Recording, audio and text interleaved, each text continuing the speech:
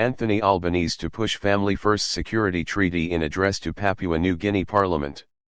Anthony Albanese will seek progress on a new security treaty during a visit to Papua New Guinea, pushing a family-first approach amid increasing competition with China for influence in the Pacific.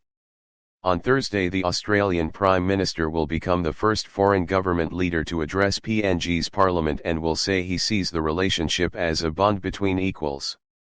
Albanese will also declare that other Pacific countries are counting on Australia and PNG to lead on climate action, warning there is not a moment to waste. Subscribe our YouTube channel and click our bell icon for new videos. PNG to lead on climate action, warning there is not a moment to waste. With sport seen as another area for Australia and PNG to deepen connections, Albanese will tell MPs, "Today I affirm my view that I want to see a PNG-based, Pacific Islander team compete in the National Rugby League competition." But security is shaping up as top of the agenda for formal talks with the PNG Prime Minister, James Marape, in Port Moresby later on Thursday. A state dinner is scheduled in the evening to mark the first visit to PNG by an Australian Prime Minister since 2018.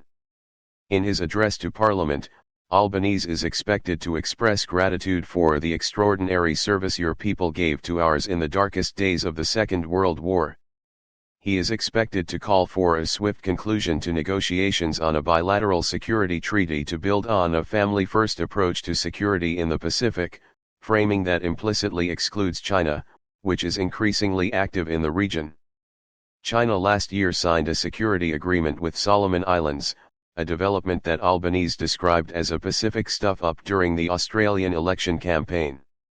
Albanese will say on Thursday that a treaty between Australia and PNG would be based on deep trust and address priority needs including law and order challenges, strengthening the justice system and rule of law.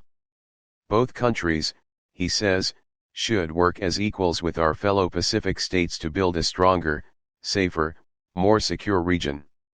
The Australian Foreign Affairs Minister, Penny Wong, has embarked on a series of visits to Pacific countries since the election, where she has promised to listen respectfully to the region's priorities and has sought to use the new government's climate policy as a bridge to closer relationships. Last month, Wong signed a new security agreement with Vanuatu, setting out a broad range of areas for closer cooperation, including in climate change and disaster risk reduction. In Thursday's speech, Albanese will say the Pacific is on the front line of the global fight against climate change. He will also tell the PNG Parliament he is proud to lead the first Australian government in 122 years where the majority of members are women, and he will congratulate 2 new women members elected to this place. Albanese will be the first foreign head of government to address PNG's parliament, although the president of the autonomous region of Bougainville has addressed the chamber several times. The Refugee Action Coalition called on Albanese to use his visit to ensure that no refugees or people seeking asylum are left behind in PNG. The group said there were now only about 90 refugees and asylum seekers left in PNG, from the more than 1,000 initially taken to Manus Island in 2013, but they had suffered terribly and many needed physical and mental health treatment. The deal that dumped asylum seekers from Australia in PNG was only possible because of the neo-colonial relationship between Australia and PNG, said Ian Rintoul, a spokesperson for the Refugee Action Coalition. Labour granted independence to PNG in 1975. Albanese should do the adult thing, take responsibility, and bring the remaining refugees and asylum seekers to Australia.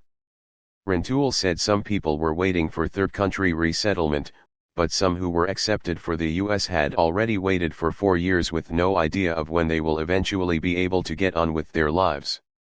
For the Refugee Action Coalition, Labour granted independence to PNG in 1975. Albanese should do the adult thing, take responsibility, and bring the remaining refugees and asylum seekers to Australia.